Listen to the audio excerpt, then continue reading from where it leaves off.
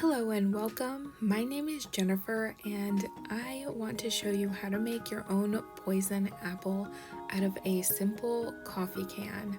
If you'd like to learn how to make this, please stick around and enjoy. Alright, so our first supply is going to be a regular schmegular coffee tin. Whichever coffee tin you want to use. I chose this one because it's really rusty inside. Just kidding. I chose this one just because it was really big and I want my craft to be really big. So this is the tin that I'm using. I don't know if I'm going to use the cap, but that's the first material. And then second, I've been saving up a bunch of these cardboard kind of papers. I'm going to be using these to shape my apple. I'm going to be taping them to the side of my tin can and shaping it from there and adding filler so that I can put papier-mâché on top. But I will show you everything. But any kind of cardboard or sturdy paper that you can use to shape your item, this is what I chose and I've been saving these up. Next, I really wanted thinner paper, so I might find something else if this doesn't work, but any kind of thin paper, newspaper would be great. And also Mod Podge. This Mod Podge is almost over. I used it for another craft and this is the one that I'm kind of going to end with because I have more of it. And the difference between it is the matte finish and gloss finish. I kind of just wanted to try the gloss to see how it goes, and the matte I also really like both, so I wasn't too worried about that. So I'm just interested in how the finish looks. So with that, I'm going to start cutting out my pieces and I'll show you what I'm talking about shaping my apple. Alright, so first I want to measure the can. And this is a pretty old roller, so I don't mind. I'm gonna take my measurement. I'm gonna draw out the shape that I want to come up on the sides. So hopefully this paper is big enough. I'm gonna do some trial and error here and show how I'm going to kind of estimate that coming up on my tin here. Alright, so I just drew out the shape. I think that this is what I'm looking for. So I'm going to try it out now. I'm going to cut it out and kind of see how it looks on next to my tin.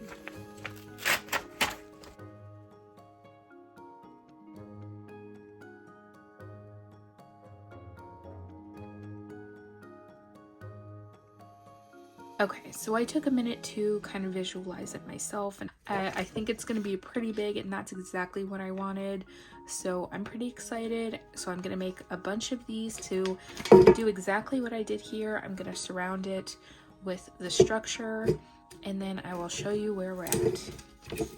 Since I liked the shape, I'm going to use this template to make a bunch of these shapes out of the harder paper so I can make the structure of the apple.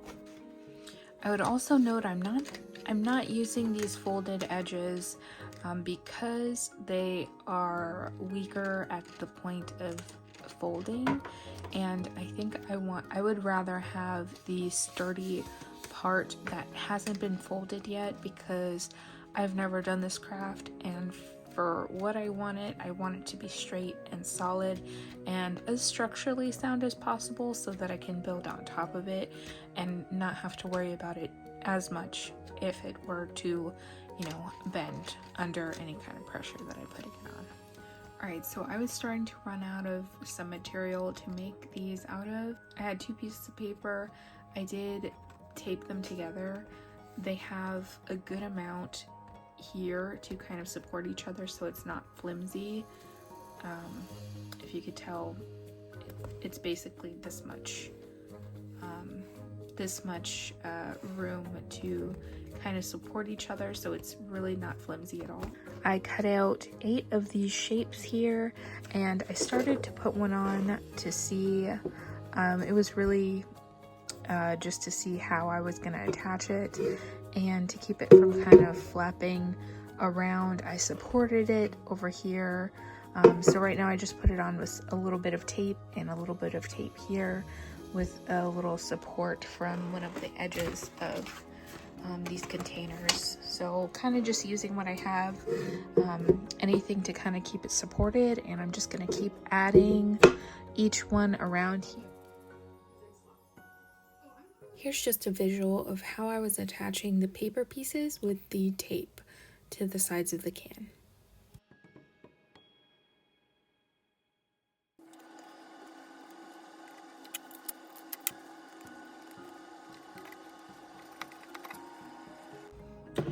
Alright, and this is what we have so far. I just wanted to make sure there weren't giant gaps in between these. I would say the most here is 1.5 inches. Some of them are closer than each other, but it's pretty well filled in here.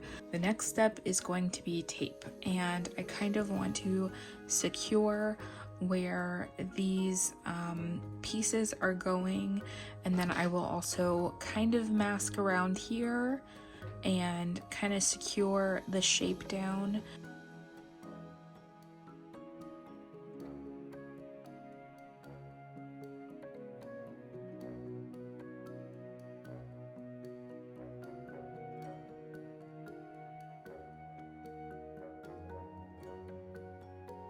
Alright, so this is how we're doing, and it's the last strip I'm going to be masking down here. And just to note, I don't want to lose the curvage that I cut out for each shape, because I want this to keep the general shape that I, intended for the apple. So I'm kind of taking my time to kind of make sure it's not too messy, although it doesn't have to be exactly perfect. Like some of these are wrinkled, but they did keep their general curvature that I wanted to keep on the apple. So this part did take some time. I was laying down the washi or masking tape down this way. I felt like weaving it would help keep the shape the best that I could, and I ended up using more than I thought, but it's okay because I had a ton of masking washi tape that I wasn't really using for anything.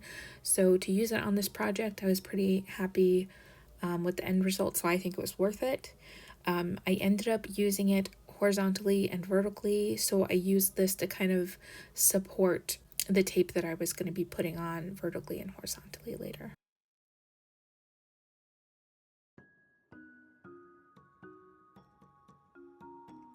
So as you can see, it took quite a bit of masking tape to cover this.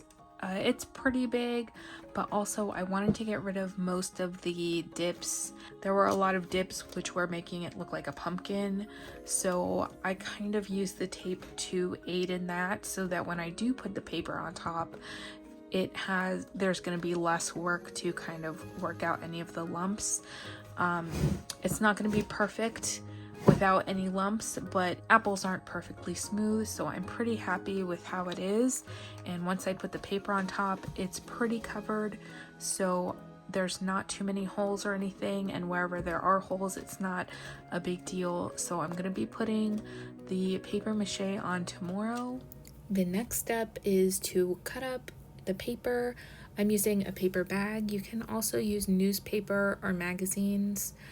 I did use up the whole bag. I used 2 bags. I almost wish I had 3 large paper bags, and depending on the size of your project, you may need more or less. Looking back, if I was to make this project again, I really appreciated the longer strips and the wider strips. I made some very thin, and it just ended up taking a little bit longer than maybe it would have if I had cut them wider, and it didn't seem to make a difference in the way that it looked, but just the time that it took.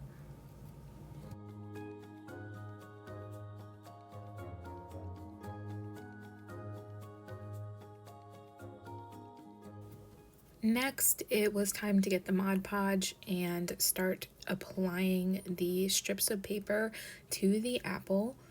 It was a little bit harder because I was filming and I wanted to kind of show the steps.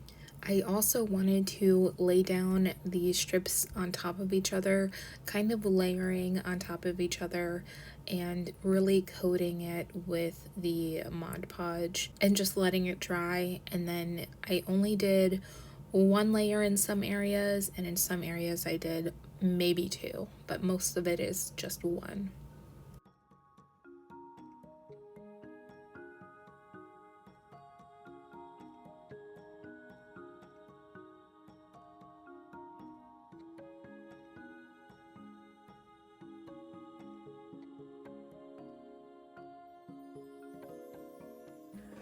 Alright, so this took a few days. This is the apple covered mostly on the top. This is all, it's mostly all that first Mod Podge I had, and I had to start this one. It is a little bit different. I almost prefer the other one, so I'm gonna put the picture up real quick on the one that I really prefer. Real quick, I'm gonna try to cover this and let it dry so I could start on the poison texture part of the apple and kind of cover up some of the lumpy parts and see how that goes. But I just wanted to show at what stage I'm at right now. I have the bottom of my cardboard bag here. This project really kind of messes with your nails for sure if you're applying the Mod Podge with your hands, so I'm gonna do my nails and worry about them after this project is totally done because I knew that this was gonna happen. But I'm gonna use the measurement of my cap to measure the bottom since they're the same width. I'm gonna go over it a little bit.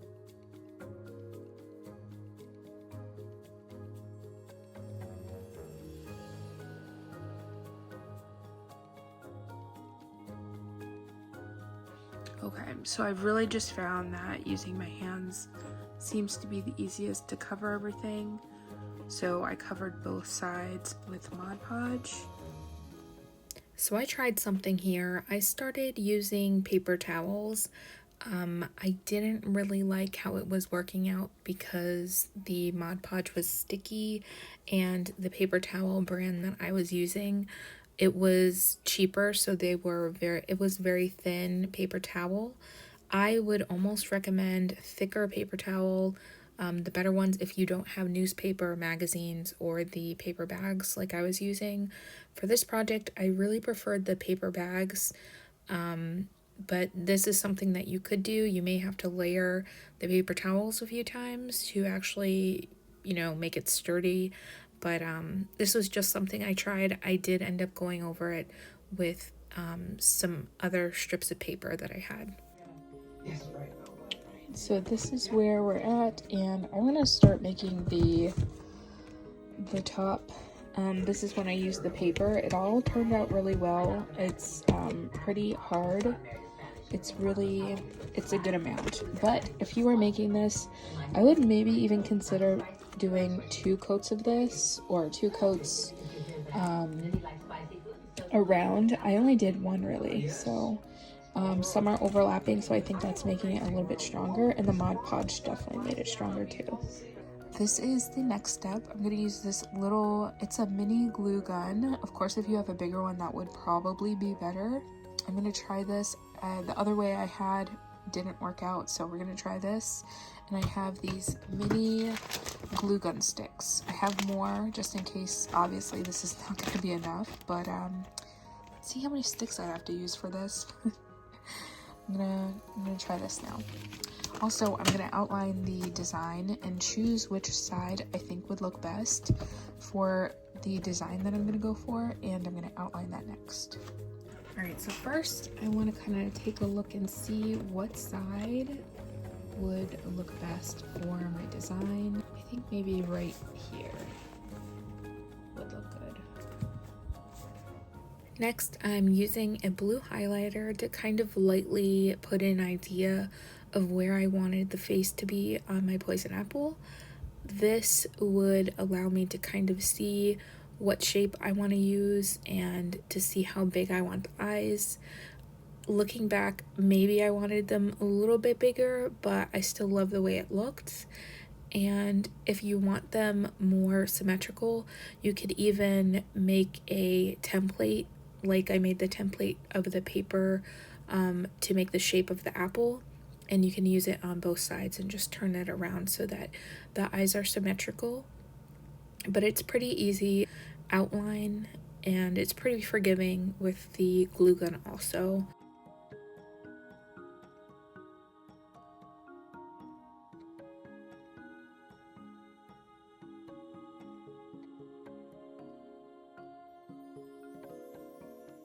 Down towards the bottom, I gave myself a very rough line of where the poison was going to end.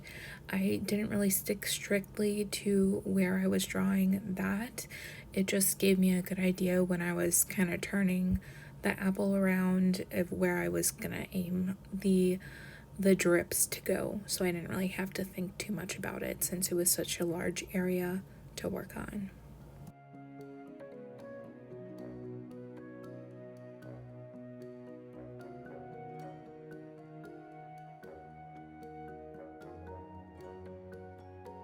Okay, so basically, I am not going over this whole thing with the hot glue gun. I am, however, going to go around the edges and see if I can kind of blend it into the main area and kind of make these edges raised. And I'm also going to raise a few places where I want it to look like there's drops, or like, you know, something like this. You know what, for my first tries here, I'm gonna do a test in the back. So if you are doing this project, I am very glad that I started in the back. I haven't really used a glue gun in a while, and it took me a little while to kind of get a rhythm going with how I wanted the glue to lay and how to layer it without making it look streaky. Something I learned was originally what I was doing here, I was kind of dragging and I was almost drawing and kind of going in and out of the glue, and it was making it really streaky. I learned later that I could just drop it, so kind of squeeze out hot glue and kind of let it lay on its own and then layer on top of that. So I'm going to show a little bit of me doing that here.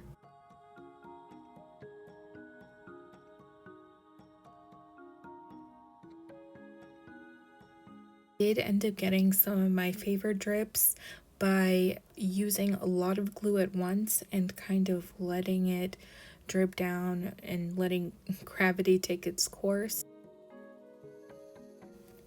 I also wanted to include some shots of me doing the face part. This part was a little bit harder because it was going around an edge and I wasn't sure how the drops would look. One tip would be to go with the lines that you're drawing and then add more layers to make it look less like a line. So kind of make your line the way that you drew it and then keep adding layers. So with this project, I definitely learned that the layers are really what makes it look really nice in my opinion. So the glue gun, just wait for it to dry a little bit, add a little bit more, and I didn't really have to take anything off on this project. It's pretty forgiving, but if you had to take something off, I think you could just kind of rip it off after it dries carefully.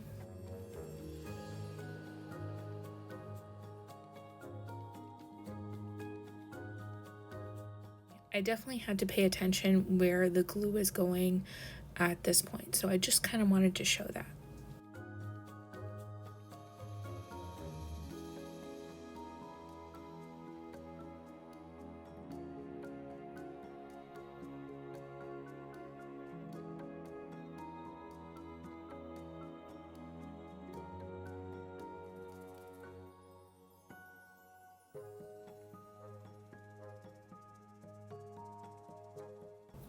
After the first go round, this was my last touch up to kind of add the extra drips all over the place and layer them more. And this just ended up really adding to that effect.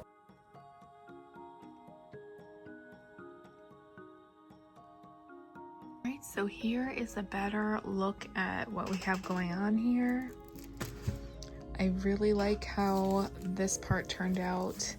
Hopefully it ends up looking really good with the paint that I'm gonna add. Alright, so next is time to mix up the paint. I'm using alizarin crimson and crimson to make a darker shade for my base of the apple. So this is going to be the base color. If you started with the poison part or the apple, I don't think it really matters. What you do want to do is make sure you cover all of the paper color. So all of the tan should be gone.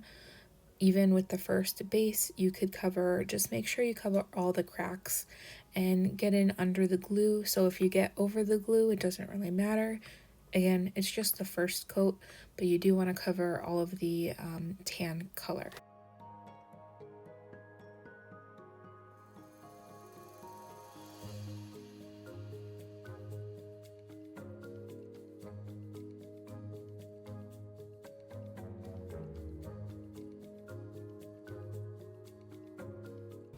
My next layer is just alizarin crimson, which is the darker shade, and I'm kind of using it to go around the edges of where I want the apple to be darker, and also on the bottom side, because it's rounding out, I want to give more of a visual look of it being darker in those areas. I also made sure to fill in the eye area and the nose area with the darker color because I want the effect of glowing eyes, and to have a glow effect you need darkness to make lightness, so I need that dark color in that area.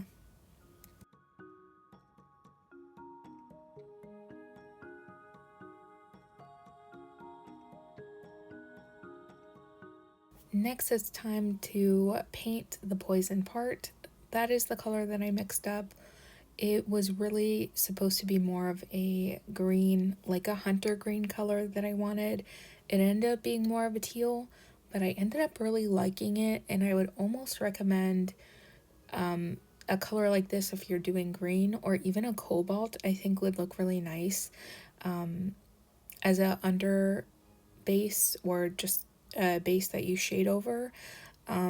Really, I think you can get away with any really bright color, and that's why this process is kind of fun. You're gonna see later how it shows up the undercolor and how you kind of go over it and build the shade that adds to the effect of the poison.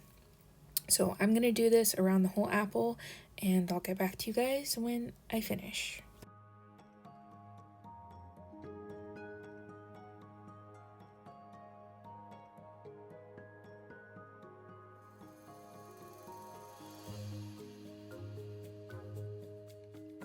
Okay, so first coat done on the red and the blue, or it looks more like teal right now, but it's gonna be green. So I'm gonna do the green first, I think, and then I will fix up the red. So I think it's looking really good even as is. Hopefully the green that I choose works with this, so we will see, but just remember how it looks right now in case I mess it up.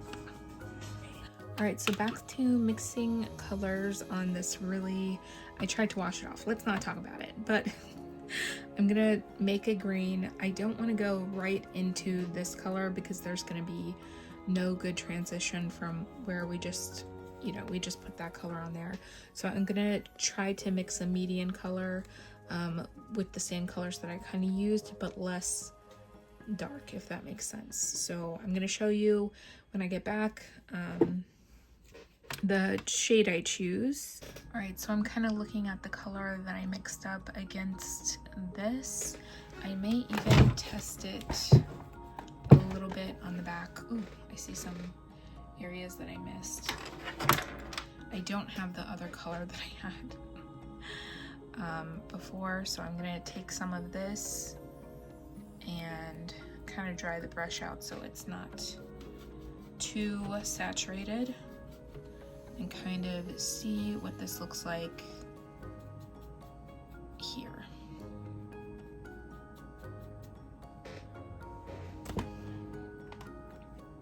To kind of see. All right, so I do like this color. My strategy is to get,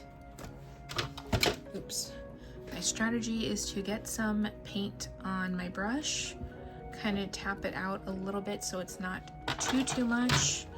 And then what I'm gonna be doing is going over the whole area, but basically going down. And that was maybe a little bit saturated, but going down, filling in some areas that are skipped, but over the parts where there's the lumps and everything for the drips, I'm going to try to leave these shadow areas not painted in green. So down, using my brush and going down, and then kind of filling in any kind of areas that I think would look better filled in.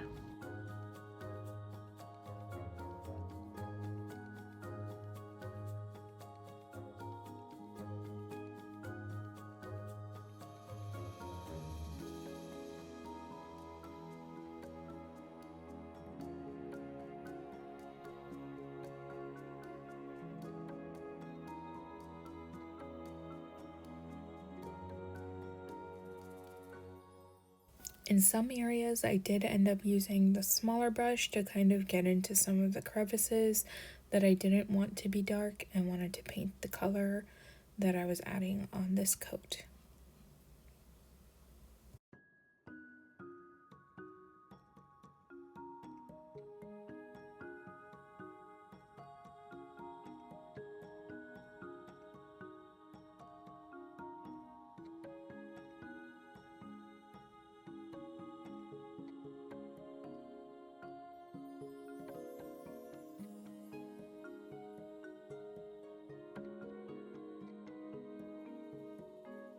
So I just finished this base coat for the green. I had a lot of green left, and I think I'm going to, well, I already mixed up one lighter green before I put on this lime green. So I have another color that I'm gonna add on. I'm gonna test it in the back like I did the other one, just to see, but it's gonna be more of a dry brush. So I'm gonna test it in the back here just to see if it's what I wanna do. All right, so here is the test. Let's do it down here in the back.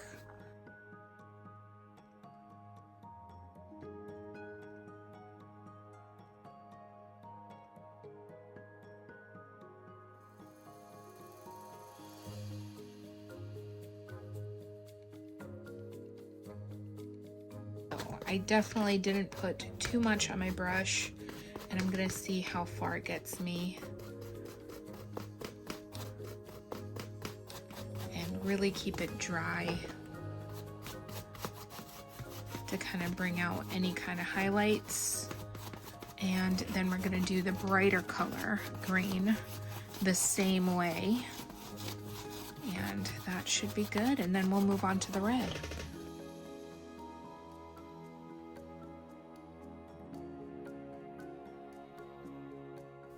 For my last layer, I used neon paints to mix up a color that was really nice and bright that I thought would help pop more than the previous layer, and I dry brushed that as well. Highlight the raised edges and texture a little bit. So this one I might use as a up stroke here. Kind of looks like it's glowing from the bottom, right? It's kind of cool.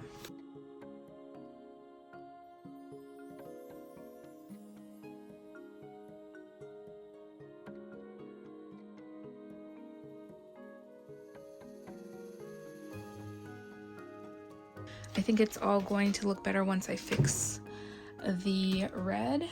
So I'm gonna get into that now. I'm just gonna mix up the colors and get that going. So actually, before I start with the red, I am actually gonna paint the inside. I already painted the inside of the can, and I'm gonna go over it with a few layers still, but it's just drying. And I'm also going in the outer rim and kind of making a bubbling effect with some lighter paint that I mixed up to match the inside of the can. The effect was I wanted it to kind of look like it's boiling over, so I'm adding some bubbles and things like that and doing some really light shading. It's not really necessary, but I kind of liked where it was going. I wasn't super sure about it at first, but I ended up really loving it.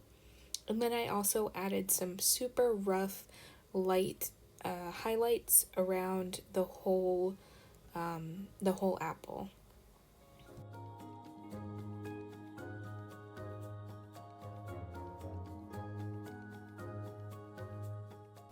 Alright, so it's finally time to clean up the darker shade of the apple, and I'm so excited. I was so excited for this part because it actually started to really round out and kind of give me a good idea of what it's going to be looking like.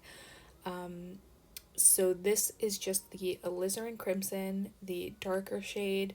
I think I even added some blue in just to make it a little bit darker, to add to that darkness that I really wanted the edges to have. So I kind of cleaned it up here. And then after that, we're going to add some of the lighter color of the red. And I also will say that this is the point where I was really trying to clean up any edges that had green on it, and later I will clean up any parts that had red.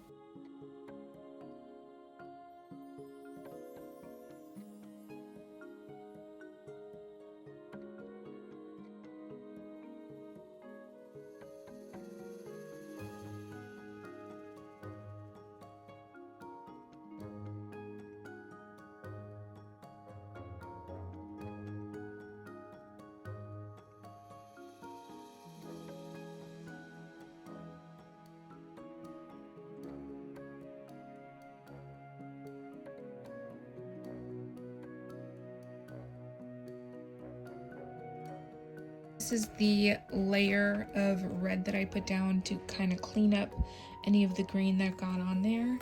Now I'm going to go in with a brighter red, the red that I just showed. So this plus the red that I was just using.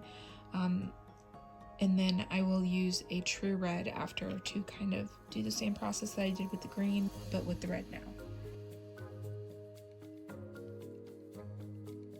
Alright, so we are back in the back. And I'm gonna do the dry brush to kind of test it out. And let me see what color this is showing up. Why is it all, it's all like sudsy. I think this is because I had some water on my brush because I washed off this brush. So I don't know if I mentioned this.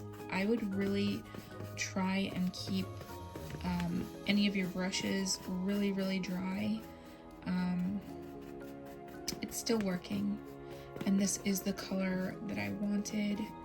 I really wanted it to kind of stand out and be this nice, really bright color. So I'm pretty happy with that. I'm gonna keep going over it. For the last and brightest color, this one is crimson, just the pure bright color that I really want to pop on this apple. I am using the same technique, the dry brush, but I'm also going in up into the smaller areas using the same process but with a smaller brush. And after the layers keep drying, I'm just using more red, but leaving that dark shading, the ombre effect alone, and kind of only adding that bright red where it needs to be, so you still have that dark shading under the edges of the poison.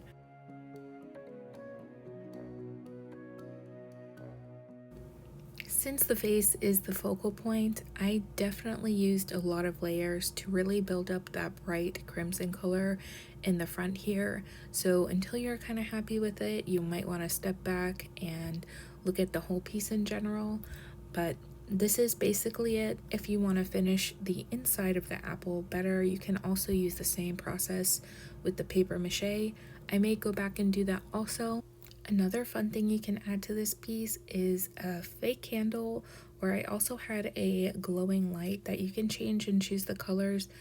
I chose green for this example. I'm going to show it in a minute. I think it ended up looking really great. With that being said, thank you so much for being here and watching the video. If you enjoyed and are going to use this for your project, let me know down in the comments or leave a like so I know that you liked this video. Alright, and this is the final product. I am so happy with this. I've always wanted a poison apple decoration, and to make it myself out of things that I had at my house just makes me really happy. I'm gonna be displaying this probably all year long. Let me know what you think, and until next time, thank you again so much for watching.